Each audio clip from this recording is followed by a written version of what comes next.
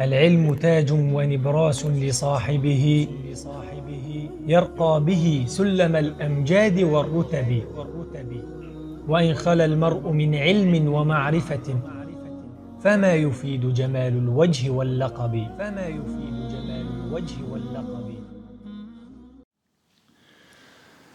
السلام عليكم ورحمة الله وبركاته. الحمد لله العليم الأكرم الذي علم بالقلم علم الإنسان ما لم يعلم. أشهد أن لا إله إلا الله وحده لا شريك له له الحكم وله الثناء الحسن. وأشهد أن نبينا وحبيبنا وشفيعنا محمد رسول الله إمام المرسلين وخاتم النبيين وصفوة خلق الله أجمعين.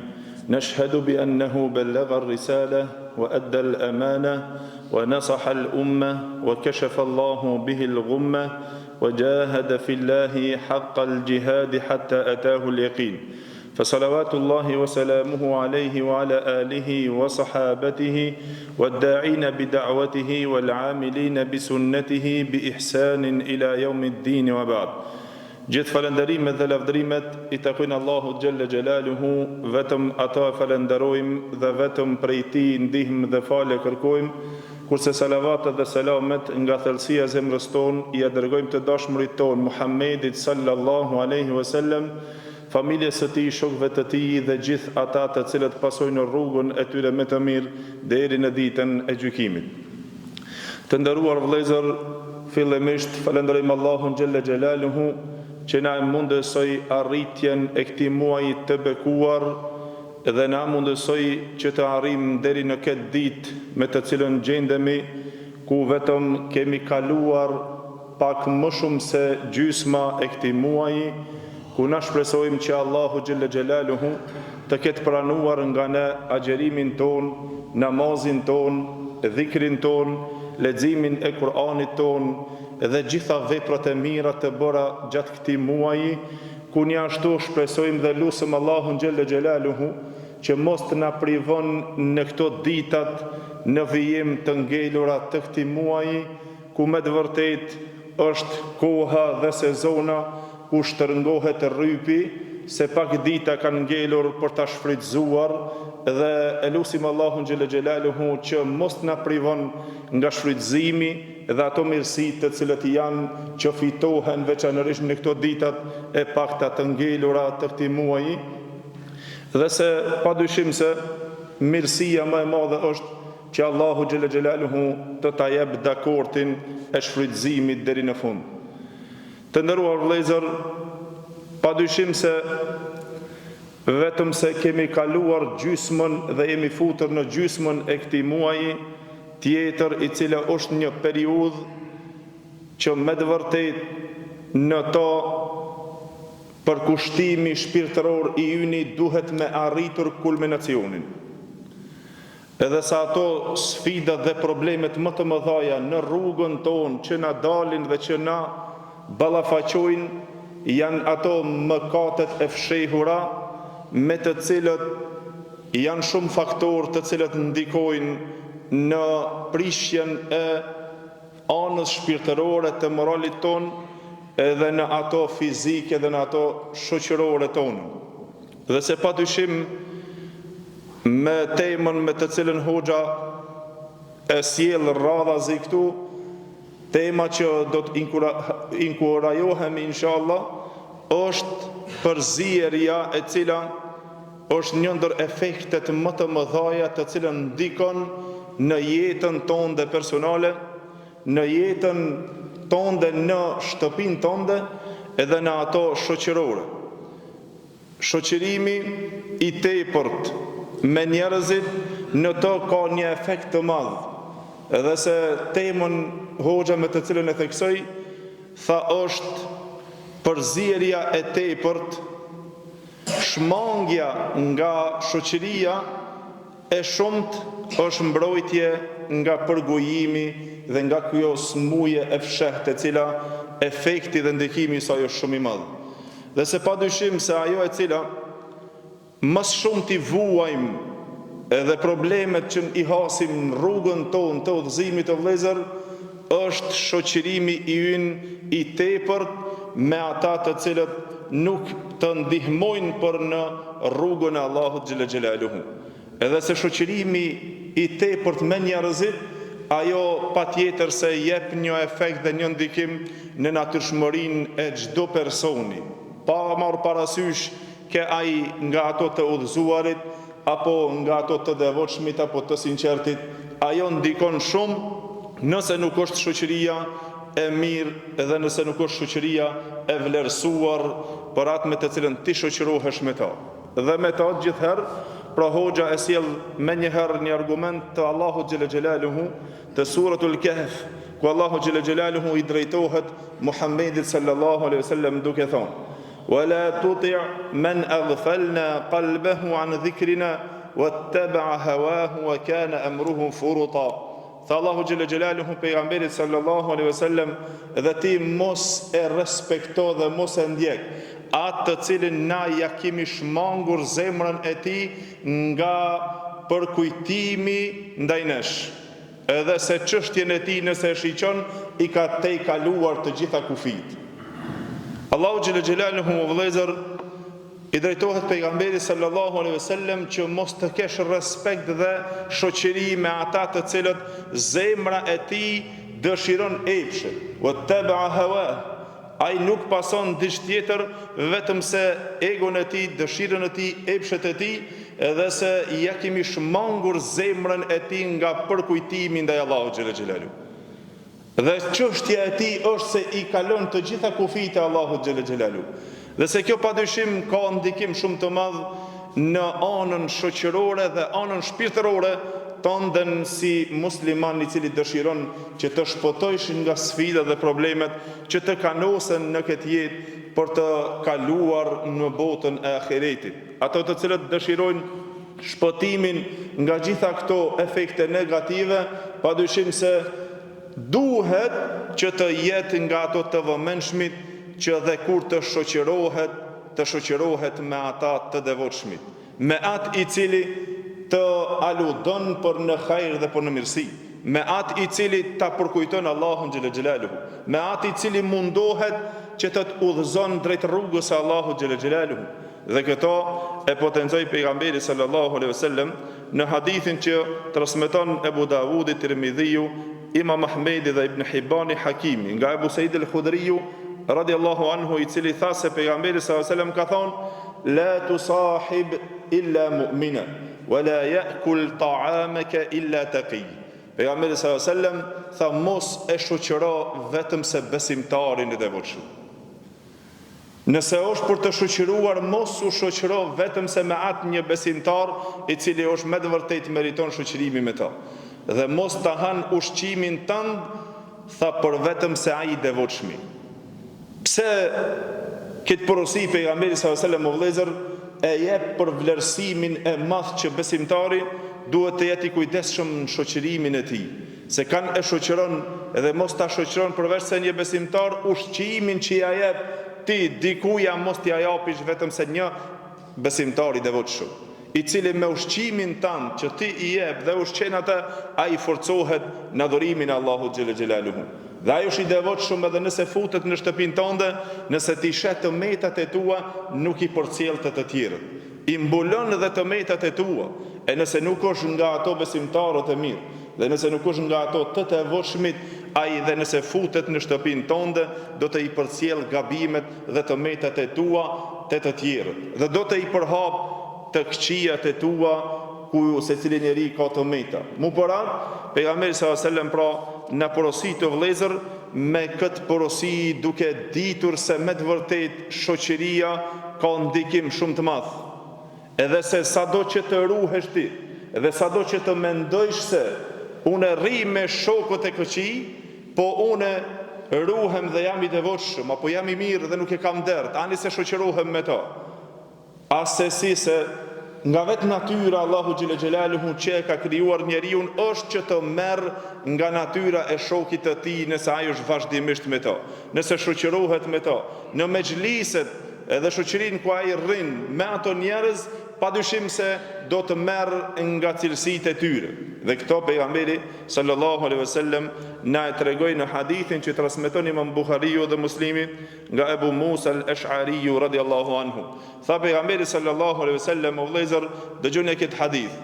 Tha innama mathalu jalisi salihi wal jalisi su. Pejgamberi sallallahu alaihi wasallam më sjell një shembull kështu. Tha shembulli i shokit të mirë dhe i shokut të keq.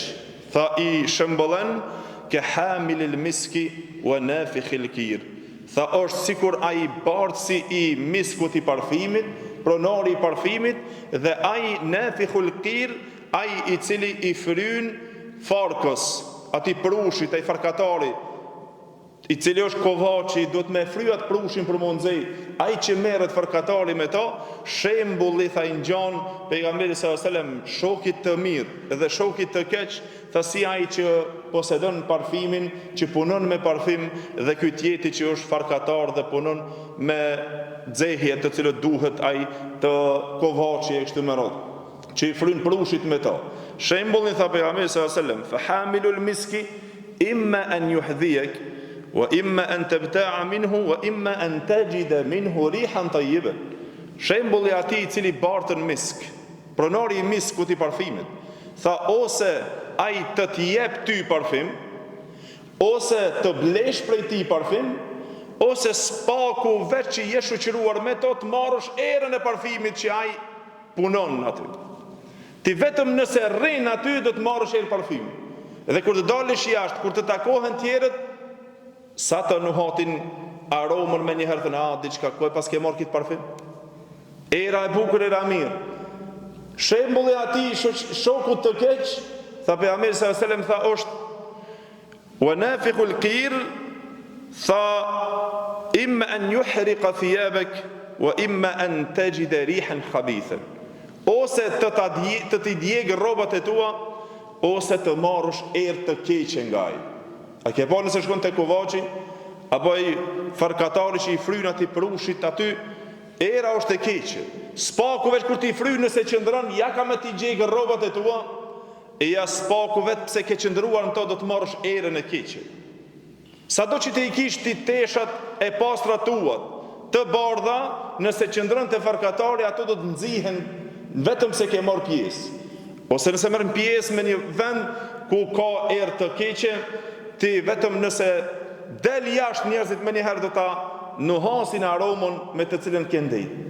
Edhe pse nuk e din se me kanë një shoqëruar dhe me kanë ke qëndruar ti në shoqërinë tonë, në mezhlisin tonë, bashkimin tonë, aty ku keni. Mirë, po nëse rrin me njerëzit e mirë, nëse është me atë të parfymit, kur të dalish jashtë, njerëzit do të ndëgjojnë edhe do të shijojnë aromën e parfymit. Me atë tjetrin, a e ke pa në mezhliset edhe të bimet tona, nëse rrin kafe ku ka duhan, ku pihet duhan, ku shkon të shtëpia që ta bëjnë, edhe x era duhan një venteshave. Era keqet vjen, po unë se kam pi, po unë nuk e pi, po era të vjen. Nga e mora erën, kjo është shoqëria me të cilën ti shoqërohesh. E nëse kur rrin aty te parfimi, nga e mora erën, ku e mora këtë parfim, mashallah e pas këtë shtrejt e të mire, jo be nuk i kam blej, po shoqërohe me filanin prej ati e ka marrë dhe erën e mirë. Mu bërat pro kjo hadith i pejgamberit sallallahu alaihi wasallam, o vëllezër, na tregon këtë vlefshmëri të madhe që na duhet me të vërtet ta marrim këtë hadith pejgamberit sallallahu alaihi wasallam në sytë e ballit tonë. Dhe tha Imam Nevawi rahimullah se na jep të kuptojmë se çka do të thotë të shoqërohesh me një besimtar të mirë. Dhe çka do të thotë të shoqërohesh me një njerëz të keq. Për arsye se njeriu nga vetë natyra e tij, ai merr dhe thith nga natyrshmëria e atij të mirit, edhe thith një ashtu sikur që thith dhe nga natyrshmëria e atij të keqit. Ai i cili shoqërohet me njerëzit e mirë, tha Imam Nevawi rahimullah, ai me të vërtetë se përfiton bujari, përfiton dinjitet me shokun e mirë. Nëse rrin në mezhliset e hajrit dhe të mirës, e të dydurisë, dhe aty ku përfitohet, tha ai arrin edhe morali i tij të ndryshon, dhe ndryshon dhe sjellja e tij, dhe ndryshon dhe personaliteti i tij, tha e kundërta me atë i cili shoqërohet me një të keq, ndryshon sjellja e tij, ndryshon të folurit e tij, edhe ndryshon edhe dinjiteti i tij, bujaria e tij, edhe shthuret dhe jeta e tij.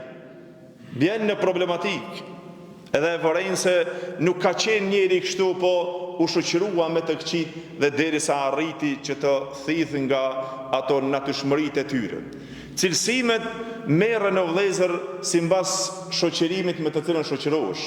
Nëse shoqërohesh me një shok dhe me një mexhlis, me një tubim dhe me një bashkësi ku ato vazhdimisht merren me përgojim, vazhdimisht merren me thashethome, me të bajtmen e fjalëve, me shpionume, me të këqija, ta vërejsh dhe ta hetojsh se me të vërtet do të ngelesh edhe ti në një natyrshmëri jo të pastër. Do të prishet dhe natyrshmëria e yte. Edhe pastaj do të kesh problemin tënd nëse ti përzihesh vazhdimisht me to. Por atë tha Shaqiq al-Balakhi rahimullah, i cili ishte njëri nga nxënësit e Ibrahim ibn Adham, tha alamatu at-taubati al-buka'u ala ma salaf wal khawfu min al-wuqu'i fi dhanb wa hijran ikhwan as-su wa mulazimati al-akhyar. Tha kur folën dietarët për shenjat e pendimit që një njeri dëshiron që të pendohet nga veprat e këqija të tij dhe don që të kthehet rrugën e Allahut xhela xhelalu e të ndjek shtëpijet e Allahut xhela xhelalu, që ai të vetëdijsohet, ta shpëton vetveten e tij, padyshim se duhet që të pendohet nga mëkatet e tij. Ai kur të pendohet nga mëkatet e tij, tha nga shenja e pendimit të tij është të qanë për gabimet të cilat i kanë kaluar. Edhe të ketë frikë të bjen përsëri në gabim, edhe në mëkat, mos të bjen përsëri në atë gjuna dhe në atë mëkat. Dhe një ashtu, tha pastaj wa hijran ikhwani su, të i braktis vëllezërit e këqij, të largohet nga shoqëria e të këqinjëve, edhe të i ndjek ato të zgjedhurit, ato të mirit. Të ketë kujdesin se, subhanallah, me të vërtet që ndoshta këto e kanë dëshmuar dhe një shumicë e vëllezërve të cilët janë udhëzuar ndoshta pas një kohe që me të vërtetë kanë qenë të shtyrë në mëkate ose gabime kështu me radhë, cila ka qenë shkaku që ndoshta kanë kthy përsëri në mëkat ose përsëri në gabim, në shumicën e rasteve ka qenë shoqëria. Shoqëria e keqe. Po u takove me shoqërinë që ti zbashku ke qenë mëkat, zbashku ke bërë jetë shthudhur me ta, me të vërtetë se do të hasish përsëri, do të i rikujtojnë ty gabimet të cilët i ke bërë. Edhe do të livdërohen me gabimet të cilët i ke bërë, edhe pastaj ta zbehin dhe udhëzimin tënd. Ai se ti tash do më bë hoxha, padje. Një gjë ishe kështu e sot je kështu, eja përsëri domethënë të kthejm dhe kthehesh në ato mëkatet e këqija përsëri. Për ato vëllezër është hak e çdo njeriu, e çdo të riu që ai të ketë kujdes në shoqërimin e tij dhe ai ta jep për kushtimin më të madh që ai ta zgjedh shokun e tij se me kan do të shoqërohet dhe me kan do të rrin, për arsye se është e njohur që nëse shoqërohesh me të këqinjët, po edhe nëse rrin në mexhlisin e të këqinjëve, ti nuk mundesh që të shpëtojsh nga ato të këqijat e tyre. Dhe rreziku është shumë i madh që ti të vjedhish nga cilësimet e tyre, të cilat i posedojnë të këqijat. Ke ajo përgojimi, ke ajo cila do nga veprat të cilat një mexhlis i keq i përmban ato. Dhe një ashtu shoqërimi me të këqijat, tha, të bën trashëgimin e të keqës. Trashëgon shumë mjeri pas. Nëse shoqërohesh me të mirët, nëse me një shok të mirë i cili të udhëzon nga rruga e Allahut xhela xhelalu, spaku dhe kur shkon në shtëpinë tënde e ndin një qetësi. Edhe se fillon që të përkujtohesh për krijuesin tënd. Nëse shoqërohesh me atë keqin, ai me të vërtetë se të bën që të trashëgohesh me shumë të këqija pas.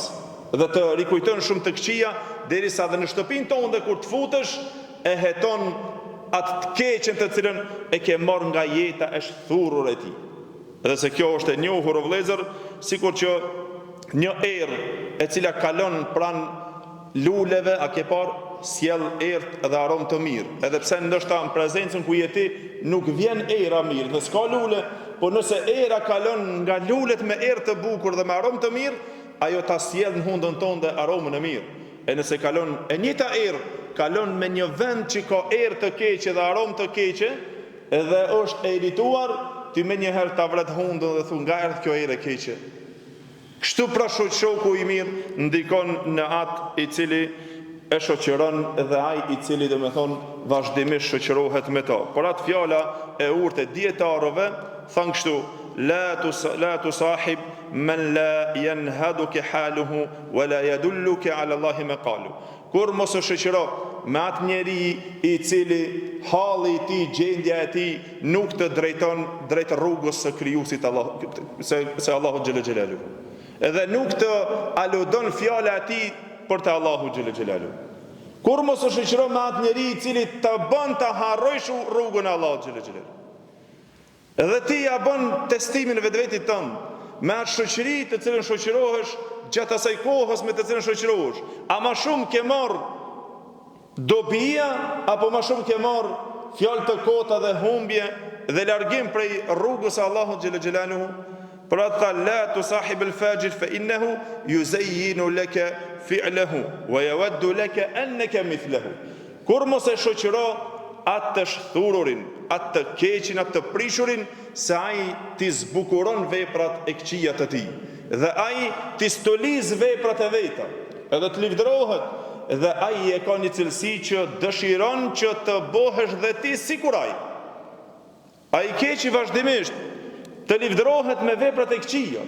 Edhe për fat keq një rinia e madhe jona shpreson pastaj dhe mendon se jeta në këtë botë e ardhur në këtë pjesë është vetëm me këto qëllime, që të jetojsh, të ketë automjetin e mirë, të shtrej, të livdrohet, të mburret, të kesh para, edhe të shetitet andej dhe këndej, e të shkon në për shkollat e muslimanëve, e ti ngacmon vajzat e muslimanëve, edhe ky tjetri e lakmon sikur t'jem sikur ky. Po u shoqërove me atë keqin, ai do t'i zbukuron ato të këqijat e tij. Ai se kur gjo nuk është. Unë nuk pija morri me ata që i pijin. Në ditë 2/3 edhe ti zbashku me ta. Spaku edhe nëse nuk ke pije ke marr atë aromën e keqe me ta. E ai duke të stolisur dhe ai dëshiron që të bëjë edhe ty sikur veti. Wa yawaddu an takuna mithluhu. Ai don që ti të bën sikur veti. Nëse i thuaj janë xhami, ai thotë hapë çka kemë lyp në xhami. Në xhami shkon kur në momentin kur s'ke çka bën. Kur ke punë, s'ke çka lyp në xhami. I nemi ta angazhum. A çka ta falim namazin? Pa tash a këtë namazet di falisha. Ti a don më u bë më hor se ky e më hor se ai e këtë atë, gjithherë ti reklamon në ato të këqija. Shoqërimi me atë të keqin nuk të ndihmon, por atë dietarë thanë vëllezër, kur mos e shoqëro me atë i cili të zbeh nga rruga e krijuesit tënd. Dhe mundohet që të largon prej shtëpisë së Allahut xhelel xhelaluhu. Ti vetë klasifikon, a është duke të drejtuar e ja shkojmë në xhami ta falim namazin, apo ai me xhles ajo shoqëri ku ti ulesh me ta thot ik bre pi namazin. Hajde shkojmë ta falim taravin, ik be, pa taravin do falim për ditë, një ditë në fillim në fund edhe u kri. Lodhmina. Pse lodhesh? Se nuk kemi shoqëri që na mban, që na forcon. Edhe që na thot o vëlla i mirë, nuk kemi ardhur në këtë dunjë se 30 ditë i kemi, s'ka ngel edhe 15 ditë, nëse falmi çeto taravije, çeto namaz ta bëjmë, çeto dua dhe dhikr, ta shfrytëzojmë së bashku dhe ai tjetri i cili nuk ka shumë interes, do të interesohet që të vend dhe të bëjë ibadet. Ai tjetri i cili nuk ka shumë interes, do të interesohet dhe ai të vend të mëson diçka për fe. Po nëse shoqërohesh me të këqit, edhe ky që është adhuruesi i Allahut, edhe ky që i fal 5 kohë të namazit, do të zbehet me shoqërinë e keqe. Do të fillon që ta zbej dhe namazin e vet, do ta vonon derisa në atë formën dhe mënyrën që mo veç ta fali shpejt se e din mo që është, domethënë çështje shumë e rëndësishme. E merr pjesë edhe në mëkate së bashku, merr pjesë në tjetrën, një ditë dy tjetrën kur ta shohësh, njëjtë bën vaki i bën të këqijat sikur shoku i vet. Dhe lakmon për fat keq, nëse e shef në atë ambient, ti do të lakmosh që të sillesh sikur ai. Edhe për fat keq të rit, pastaj dëshirojnë që të arrin, e kur të arrish çka ke bërë? Dikur do ta kuptosh se jeta nuk qen ka vetëm shfryrje. Vetëm me shku shkele shko. Po do ta kuptosh se një ditë është një çështje shumë e rëndësishme, kush sa më shumë ka bërë vepra të mira, ju ka drejtuar Allahu xhelel xhelalu. Kush e ka ruajtur vetveten e tij, ai do të shpëton në ditë Allahu xhelel xhelalu. Edhe nëse ti je shkak që shokin tënd ta drejtojsh në rrugën e Allahut, edhe ti shpërblimin e tij ta marrësh së bashku. Nëse e shoqëron një vëlla tëndin, hajde të shkojmë të falim namazin e akşamit në iftar, je bërrin kafe, pse më u fol? Ball, pa agjerimin agjero, po pse agjerove? Por kanë agjerove. Kur vjen namazi, gjithë janë në iftar, të bashkuar, në fund kur vjen iftari, asnjëri s'çohet në akşamin me fol. Ha, kjo është reflektimi dhe ndikimi i agjerimit të të bëjmë. Me të vërtetë vëllezër, halli jonë është për të qajtë. E bëjmë një adorim, por e bëjmë adorimin jo për bindjen dhe për sevapin, për të arritur vlerësimin të Allahu xhela xhelaluhu, por vetëm ta çojmë si një kohë nëse na ngel si adë. Pastaj i thomi pse nuk ka ndikim në shpirtin tonë. Ndikimi shpirtëror duhet të jetë nga këtyre vepra shumë, e ajo e cila ta përforcon këtë çështje, shoqërimi me të mirën. Po u shoqërove, me të vërtetë se ke fituar. Po nuk u shoqërove, me të vërtetë se do të arrish ndikime të këqija dhe reflektime të këqija, që së bashku nëse ti nuk ke bërë të këqijat një ditë me atë dhe me kitë, tretën ditë ti do të jesh së bashku me to. Spaku do të ka plën pluhuri ati të keqës. Po unë nuk kam bartë, unë s'kam piraki, unë s'kam shit drogë, unë s'kam bo me kitë, s'kam bo me atë. Zbashku ke me to njerëzit thamë në aty të pam aty, nuk e ditja ke bora s'ke boa, bo në mëkatin nëse bo në mëkatin, në atë pam erën aty e ke mo. Me to e shoqëru, e pastaj normal që nuk ke asnjë far interesi. Pra pse të futesh në të keqen, gjithë kjo është një aludim që hoxha na tregon në vëllezër me këto argumente, të cilët me të vërtetë janë ndriçuese, frymëzuese, që na sjellin dritë që na të i ruhemi të keqës. A më mirë është ta bajsh rëndësinë apo ta shtysh rëndësinë? Kerri është shumë i rëndë, po ti e shtyn ato. Më mirë është ta shtysh se sa ta bajsh një çështje. Dhe a më mirë është të smuresh pastaj të kërkosh ilaçin apo të ruhesh nga smuja, mos të bish në sprovë dhe në smuje. Ma e mira është i ruhesh smujës dhe mos të bish në sprovën, se sa ajtë smuhe në njëherë, po pastaj ta lipim ilaçin, ku ta gjejmë ilaçin. Atëherë ma vështirë do ta kesh dhe shumë ma problem. Parat njeriu është ai i cili duhet të ketë këtë kujdesi, për arsye se pejgamberi sallallahu alaihi wasallam o vëllezër na tregoi në hadithin e Muadh ibn Jabalit radhiyallahu anhu, të cilën transmeton Ibn Hibani, Tabraniu dhe të tjerët, me të cilën tha pejgamberi sallallahu alaihi wasallam: "Wa man jalasa fi baytihi lam yaghtab insanan kana dhaminan ala Allah azza wa jall." Kushdo i cili ulet në shtëpinë e tij dhe qëndron në shtëpinë e tij dhe ai as nuk merr në përgoj asken duke u munduar që të arun vetveten e tij, është i sigurt në sigurinë Allahu xhela xhelalu. Jetë të sigurt i siguron Allahu xhela xhelalu. Nëse ti që mundohet që të i ikish këtyre çështjeve të irrituara, Allahu xhela xhelalu do të jep një siguri në jetë. Dhe pastaj gjithherë dëshmohesh për të mirë. A ke marrë pjesë të keqen, valla filoni nuk bëhet pjesëtari të këqijave. Dhe se këto pejgamberi sallallahu alajhi wasallam vëllezër e ka llogaritur nga ato pozitat e larta të shumta. Derisa do të vjen koha e vështirësisë, se pejgamberi sallallahu alajhi wasallam ka treguar në hadithin që transmeton Muslimi dhe të tjerët nga Ebu Said al-Khudri radhiyallahu anhu, i cili një herë kur u pyet pejgamberi sallallahu alajhi wasallam ayun nasi khair, kush prej njerëzve është më i mirë i dërguari i Allahut, pejgamberi sallallahu alajhi wasallam tregoi edhe tha se është një pozitë e lartë që ai i cili lufton rrugën e Allahut dhe vdes, ajo është pozita më e lartë. Tha kush pas?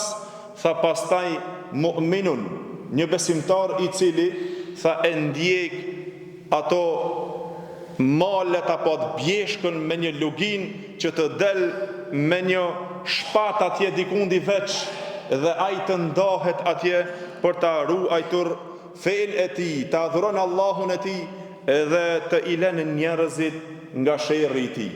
Ky është besimtari më i mirë, që do të vjen një moment që nuk do të mund të shpëton njeriu fitneve, problemeve, fatkeqësive të këqija, të cilët do t'i kanosen. Tha besimtar më i mirë është ai i cili do të mundohet që të ikë me një mal atje në shpat edhe të mundohet që të ikë fitneve, të adhuron Allahun vetmas. Një ashtu hadithin tjetër që transmeton Abu Davudi nga Abu Said al-Khudri radhiyallahu anhu, i cili tha se yushiku an yakuna mal al-muslimi është afër një kohë që të vend që të jetë pasuria më e mire muslimonit të jenë një tufë dhensh me të cilën do ta zgjedh ai me një shpatë atje në bjeshk, në malet e bjeshkës, edhe ai duke u munduar ta ruan dinin e tij, duke ikur për fenë e tij, edhe duke ikur fit. Nga muslimanët më të mirë, llogariti dhe nga pasuria më e mirë, tha një besimtar i cili do të ndjek kodrat, ku atje ku bjen shiu vetë me ato dhënë të veta, me tufën e dhënëve të veta, duke u munduar që të ikë dhe ta ruan fenë e tij dhe dinin e tij. Subhanallah, do të jetë me të vërtetë, edhe ndoshta veç jemi në këtë kohën e vështirë, që nëse e llogarisim atë përditshmërinë tonë, me të vërtetë shumë vështirë që na dhe fenë tonë ta ruajmë ashtu sikur që Allahu xhël xhelalu ka porositur.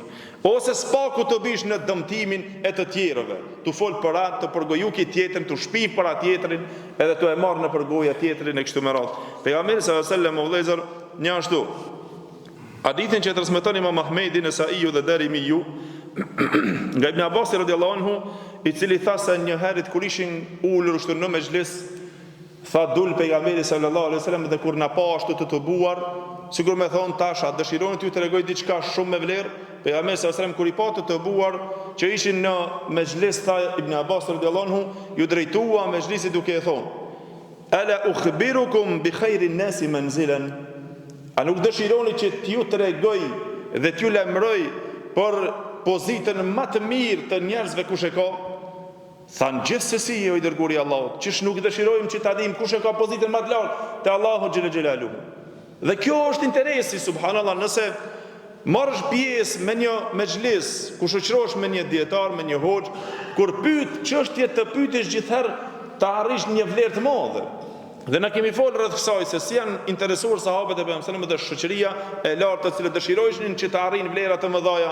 Pejgamberi Allahu te shef që dëshiron me fitu çka, a do ta dini se kush janë njerëzit më të lartë në pozitë? Nuk janë ai i cili kështu, ai i cili fillim vend, jo. Pejgamberi sallallahu alajhi wasallam e ceku kështu. Direkt rajulun akhidun bi farasihi. Ai njeri i cili ka kapur kokën e kalit të tij dhe ai i cili ka kapur frenat e kalit të tij. Dhe do të vjen një moment, në një hadith tjetër, tha do të vjen një moment i fitnes, një zaman i rond për shpëtuar njerëzit, tha sa që pozitën më të lartë e ka ai njeri i cili ka kapur frenin e kalit të tij dhe lufton rrugën e Allahu xhël xhelalu derisa të plagoset kali i tij, të plagoset ai apo të vdes ai në rrugën e Allahu xhël xhelalu. Tha, doni t'ju tregoj për atë që vjen pas këtij më një herë? Thanë gjithsesi, o i dërguari i Allahut. Atëherë tha pejgamberi sallallahu alajhi wasallam, tha imru'un mu'tazilun fi shi'abin yuqimu as-salah wa yu'tu az-zakah wa ya'tazilu shurur an-nas. Tha, është ai njeri i cili veçohet dhe largohet me një shpat prej shpateve të kodrës në një login në përmale, me të cilën ai mundohet ta fal namazin, ta jap zakatin edhe të ruhet nga sherrri i njerëzve. Sa më larg sherrit të njerëzve, sa më larg të këqijave të njerëzve, duke u munduar ta fal namazin e tij, duke u munduar ta jep zakatin e tij. Tha, kjo është pozita me njëherë mas atij personit i cili vdes në rrugën e Allahu xhël xhelalu. Para të vëllezër, Kushëriu tha, lejse tuhsil al-ghiba min al-khalqi illa bil ghaibati anil haq. Për ta ditur se njeriu nuk arrin këto mëkatet, kënë ato të fshehurat, kënë ato dhe të dukurat, që të arrin vetëm sa atëherë kur të largohet nga haku, kur të largohet nga e drejta, nga e vërteta, nga feja Allahu xhël xhelalu. Sa më shumë që largohesh diturisë, sa më shumë që largohesh fejës Allahut, sa më shumë që largohesh njohurisë që ti njeh, padyshim se do të bish në mëkate dhe në të këqijat. Përderisa nuk e din rrezikun, nuk din dhe si të ruhesh. Përzirja me të këqijat, sa më shumë që ti nuk din dhe përzihesh, do të marrësh pastaj domethënë edhe nga ato ndikimet e tyre. Më bërat tha është përgojimi një, ngrënia e mishit të tjerëve dy, është ushqimi i atyre njerëzve të cilët janë sa më larg rrugës Allahu xhël xhelalu. Ata të cilët janë të larguar, ato merren me kësaj sende. Sa më larg shtëpisë Allahut, sa më larg xhamis, sa më larg adhurimit, patjetër se me diçka ti dush më marr. Dhe kur të shef shoqëri që nuk i intereson vetëm se ku ta tradhon dikan, ku t'ja vjedh hakon dikuja, ku t'ja lëshon dhe një dikuja, e kështu me radhë kjo me të vërtet, pra është ndikim i keq dhe është ajo e cila i ka bërë një shumic që të i bin pishman edhe të pendohen nga shoqëria, nga veprimi, e të gjitha ata të cilët i kanë bërë së bashku. Pse? Sikur mos u kishna shoqëruar me filanin, nuk do të bësh na kit dhe kit dhe kit. Sigur mos kishna lakmu me filanin, mos kishna gjetë filan me zhrit, nuk do të bësh na kit dhe kit. Dhe mu borat, subhanallah, dietarët e vjetër ishin ata të cilët i kushtonin shumë rëndësi o vëllezër. Abdullah ibn Mubarakut ju tha një herë kështu. Tha idha anta sallaita lam tajlis ma'na. Shikoni Abdullah ibn Mubarakut, tha ti kur e fal namazin, pse nuk ulesh me ne me ne? Në ta falim namazin ulna të bisedojmë me kesh, pak me ul me xhlis, ai shkojmë kafe atje. Tha pse ti kur e fal namazin nuk ulesh me ne, po më një herë te shtëpia. Abdullah ibn Mubarakut, burri të madh të dietarëve të cilët me të vërtetë ishte nga sketët që nga goja e tij dilnin margaritar të mëdhaja prej këshillave. Edhe ky burr tha kështu. Tha pse të ulem me ju? Tha shkoj ulna me sahabët e pejgamberit sallam edhe me tabiinët. Se ky ishte nga tabiinët normal. Tha unë shkoj ulna me sahabët dhe tabiinët. Tha i shikoj librat e tyre dhe veprat e tyre, kënaqna me to. I lexoj librat e sahabëve të pejgamberit sallallahu alajhi wasallam. Kur të lexoj për historitë e sahabëve, kur të jetoj me to. Tha shkoj te shtëpia, ulna me sahabët e pejgamberit sallallahu alajhi wasallam. Si ka qenë filani, si ka qenë ai tjetri. Shkon te xhamia, shkon ders, të duket vetja se duke jetuar me sahabët dhe duke jetuar me Abdullah ibn Mubarakun, se vetëm këshilla të mira rrjedhin prej tyre. Ama shko atje në përshoqërimin tjetër, që është duket vetja. Thuhet ti se kem rri atje në Kolombi, ky më i forti, e bona këtë apo jat, ky tjetri kështu, ky tjetri dallavera, tjetri për shembull e ka thënë thuhet ti se biznesmesi i madh apo to. Biznesi i madh, paralia i madh, a kur ta shohësh në fakt? Kur gjë nuk ka. Edhe nëse është punëtor, e rrejnë e madhe. Gënjen për këtë, e kam bo këtë, e kam bo atë, e kam lyet, e kam bo fasad, këtë tatë, kur ta shohësh në fund, rrejnë e madhe. Gënjemi madh, zhgënjemi madh, vetëm rrejnë, vetëm kjo është problematika. E çka të bën për më mirëmbajtur në atë pjesë? Të mbon këshillat e Allahu xhela xhelalu. Edhe ti mundesh me qenë biznesmen, dhe mund me qenë për shembull punëtor, por shoqërimi i yt, aty ku e ke cilin ton që të qëndrosh në hak, marrin shembull të gjithë tjerët prej ty. Të gjithë marrin shembull, pse filani nuk e bën, ti dashami, pse se bën e filan veprën? Jo valla se kam frikë Allahu xhela xhelalu. Po pse e bën punën tonë kaq mirë? Po kam frikë Allahu xhela xhelalu. Pse si ja ndryshon filanit? Po pse s'është problem se e rrein 1 muj, 2 muj. Mos shko t'ja krysh punën. Jo kam frikë Allahu xhela se i kam dhënë premtim. E mu porat, Ibn Mubaraku dha sa të rrinë me xhlisë që vetë humbi, edhe të mësojnë se si të bajë dallavere, ma mirë shkoj mësoj të ata të cilët nuk ishin me dallavere. Të devotshmit, burrat të cilët jetoj me jetën e tyre, marr prej mësimeve të tyre. Tha shkoj te shtëpia kur ti çeli librat, kur vjen ders, fiton edhe se të duket vetja me të vërtetë se ti qëndron domethënë me shokët e pejgamberit sallallahu alajhi wasallam kur i ndëgjon veprat e tij. E kështu më radhë. Për atë tha vëllezër, Ibn Mubaraku tha, fa ma asna'u ma'akum, e çka të bëj me ju? Tha innakum taghtabuna an-nas. Tha ju vetëm i përgojoni njerëzit dhe tjetër asnjë send nuk mund të arrijnë. Për atë është thonë një fjalë e urtë e dietarëve, tha alamatul muridi qati'atu kulli khalid. La yuridu ma turid. Tha shenja e atij i cili don që ta ndjek rrugën e Allahut xhela xhelaluhu, tha është kputja nga përzidhjet e shumta të shoqërisë të cilën janë të këqija. Se ti don diçka tjetër, atë shoku tjetër nuk don atë që ti e don. Shoqërimi jot me tjetrin nuk e don atë që ti e don. Ti don xhenet. Ai shoku i cilën ti e shoqëron, ai nuk don xhenetin. Ti don të shkosh në xhami, ai s'don, ai thotë ka çetraon. Ti do të bësh ibadetin e thot tani shko ti falë vllazën. Thuhet ti sa e ka garantuar xhenetin e veç ti, do të thon ti ke nevojë se ti të kanë lumë katet apo tan. Ky në xhami, ky ibadetin këtë ti shkoz, unë s'është problem. Unë i mirë jam, zemrën e kam të mirë. Por atë tha, ai i cili e don rrugën e Allahut xhela xhelaluhu, ndërprerja me ata të cilët të humbin rrugën e Allahut, se ti don diçka tjetër, ai don diçka tjetër. Ti ke synim tjetër se ti ke synim që ta shfrytëzosh këtë Ramazan që të shkruhet te Allahu xhela xhelaluhu që nuk të ka hikur asnjë namaz me xhamat. Ti don që këtë Ramazan 2025-ës që të çdo sunet që e ke falë të shkruhet te Allahu xhallahu me fitu. E don ti kapish të gjitha ditët dhe të mundohesh mos me tikas një ders as një këshill, e mos me tikas një sejdë duke u munduar si ose ti japish iftar dikuja, sido që të jetë dhikër e Kur'an e gjitha, ta fitojsh ato pse?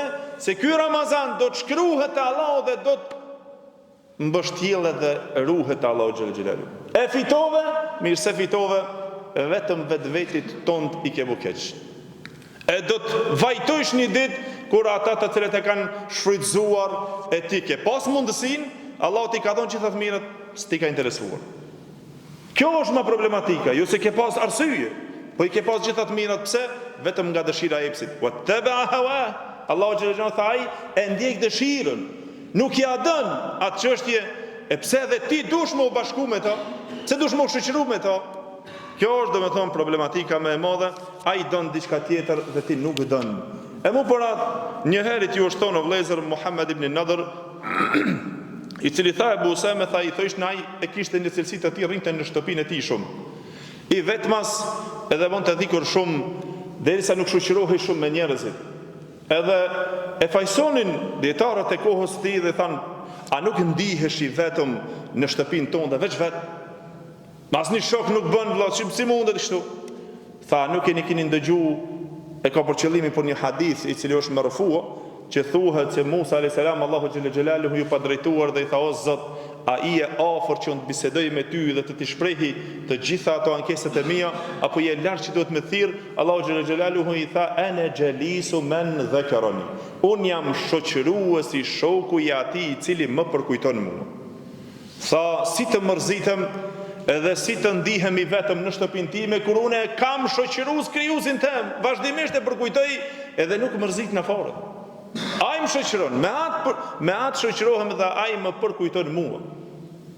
Subhanallah. E mu për atë është çështja e jonë vëllezër deri në këtë pikë me të cilën nëse njeriu t'i thuhet sepse ke qëndruar në shtëpi, ky vetëm vet nuk shoqërohet, nuk del e kështu me radhë, tha sahabiju i ndershëm i pejgamberit sallallahu alajhi wasallam Talha ibn Ubaydillah, aqallu al-'aybi 'ala al-mar'i an yuqal. Gjëja më e pakët apo më e pak në turpsi është dhe më pak faj është që t'i thuhet dikuja filani rri shumë në shtëpi. Rri në shtëpinë e vet, nuk del. Tha kjo nuk është fajsim. Ma e pak të asen që mund t'i thuhet dhe nuk është problem nëse tha dikuja i thua filani rri në shtëpi. Për arsye se tha El-A'mash, dietari i ndershëm tabiiu i ndershëm El-A'mash, emrin e ka Sulejman ibn Mihran, që ta dini përmendet shumë herë apo në derse ose nga këshillat e mëdha të tij këtë burri, është El-A'mash me emrin Sulejman ibn Mihran, i cili tha se idha tala al-majlis kana lish-shaytani fihi muti'a. Nëse zgjatet mejlisi me një vend, neja dhe tubimi, tha me të vërtetë se aty ka hise shejtani respekt. Me njëherë futet shejtani. E ke po në shumë raste shembull mejlisi ose në tubime, kur të fillon mejlisi, fillon mirë me biseda të mira dhe kështu. Mirë po, duke qëndruar shumë, e s'ka dhënë mejlisi prej në atë të mirën, në atë gëzimin, kinjoni një fjalë tjetër, a tjetri kite shona e fynë dhe del një dhënë. Prishet e mejlis. Pse prishet? Tha kene li shejtani fihi mutia. Aty shejtani me njëherë gjendi një respektus.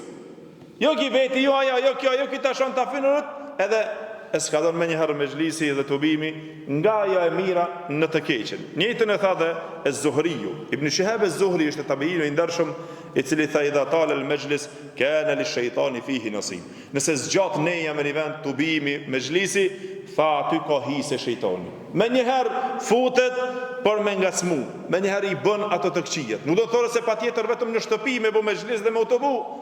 Edhe në vendet ku na mas shumë të shoqërohemi tash në këtë kohë, po në për kafet, në për restoran, në për vend, nëse zgjat shumë, shejtanin e ki prezent. Me njëherë fillon edhe s'ka don çështja. Del në çështje jo, dhe me thonë të miratimit, dinjitetit, të cilët është personalitet i njeriut dhe është respekt i njeriut pa është edukat. Ja del në fyrje, ja dhe me thonë futet në një mëkat, ja fol për dikan, ja shef një dikan tjetër, e kështu me radhë me të vërtet, ta këto janë çështjet të cilët janë aq të rrezikshme saqo, nëse dëshiron tha Sufjan ath-Thauri rahimullah, aqil min ma'rifati an-nasi tuqillu ghibatuk. Paksoje shoqërimin tënd dhe njohjen. Sa më pak të njohin njerëzit, aq më pak gibet dhe përgojim do të bëjnë. Aq më shumë ti nëse shpërndahesh me njerëzit dhe merr pjesë në çdo vend, me të vërtetë se sa më shumë që të njohin, aq më shumë të gibet do të bëjnë. Aq më pak të njohin, nuk do të njohin njerëzit, s'ka dhe kush me të bëj gibet. Dhe me këto inshallah do ta mbarojmë, me të cilën Abu Dharr radhiyallahu anhu tha mali walin nas wa qad taraktu lahum bayda'ahum wa sufara'ahum. Çka ka mund dhe njerëzit kur I tham pse ti I vetmas, njëri vetjak nuk shoqërohesh, tha çka ka mund me njerëzit. Tha kam lënë të bardhën e tyre dhe të verdhën e tyre. Në përqëllim gjithherë përdoret si fjalë e bardha dhe e verdha, domethënë ari dhe argjendi. Pasuria e tyre nuk më intereson. S'më intereson intereset e tyre në fakt. Të njerëzve, mua më intereson diçka tjetër. Abu Dharr radhiyallahu anhu, sahabiu pejgamberit sallallahu alaihi wasallam, au njeriu I cili me të vërtetë ka qenë nga burrat e mëdhenj. Dhe burat tha një poet arab, liqa'u an-nasi laysa yufidu shay'an siwa al-hadyan min qilin wa qal, fa aqallil min liqa'i an-nasi illa la akhdhu al-ilmi aw islahi hal. Tha takimi me njerëzit shumë nuk të jep dobi diç tjetër vetëm se llomatitje. Tha qila wal qal, të thonë me dhe të folura. Ky tha, I tha, ky tjetri anite, ky tjetri ka bo, ai s'ka bo, ky tjetri ka bërë një vepër, ky janë xhet, ky shtëpi, fa tjetri e përgojon.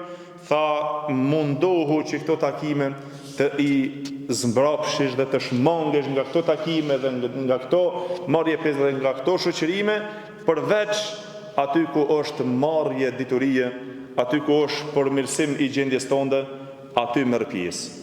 Mundohu në jetën tënde që ta zgjedhësh se me kanë do të shoqërohesh dhe ku do të marrësh pjesë.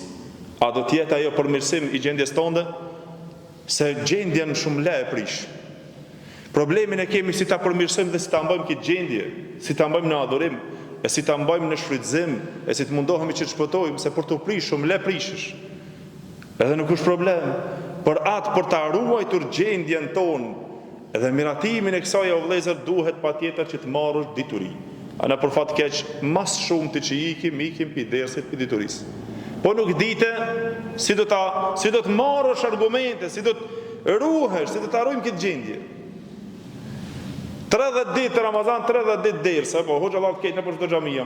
Sa derse kemi marrë pjesë, nuk na intereson fort, I dim a mas shumë t'i hasim probleme, edhe ato të cilët janë probleme shumë thjeshta, mesele shumë thjeshta. A bën kështu, a prishet agjërimi kështu, a nuk është në rregull kështu, e si e përmirësojmë këtë gjendje tonën, me të vërtetë se na duhet që të japim një përkushtim shumë të madh o vëllezër për ta mësuar fenë Allahu xhella xhelalu. Lutim Allahun xhella xhelalu që Allahu dhul xhelal të na shton interesin, të na mbron nga gjitha të këqijat, nga shoqërimi I keq dhe nga gjitha efektet e natyrshme të cilat janë ato shpirtërore që ndikojnë shumë në moralin ton, edhe në shoqërinë ton e në shtëpinë ton. Lutim Allahun xhella xhelalu që Allahu ta përmirëson gjendjen tonë shpirtërore, besimin tonë, Allahu xhella xhelaluhu ta përmirëson shtëpiat tona edhe shoqërinë tonë. E lutim Allahun xhella xhelaluhu që Allahu të ju shpërblen me të mirat e Tij që bët sabër dhe ndëgjuat. Pastaj vazhdojmë këtu se nuk mundom ta kryjmë këtë kapitull të hoxhës, po vazhdojmë në atë pjesën se si ishin dietarët, se si ishin ata në këtë pikë. Si u shoqëronin ata dhe çfarë këshillash ata na dhanë. Inshallah pra në dersin e ardhshëm takohemi me lein Allahu xhella xhelalu, nëse Allahu ka caktuar, dhe mbyllim këtë kapitull me lein Allahu xhella xhelalu, me të cilën me të vërtetë është një kapitull shumë I rëndësishëm o vëllezër për ne, po foli për vetveten, duke filluar nga vetvetja dhe për gjithë ne si musliman. Wa aqulu qawli hadha wastaghfirullaha li wa lakum walhamdulillahi rabbil alamin. Allahu ju shpërbleft që bot sabër dhe ndëgjut.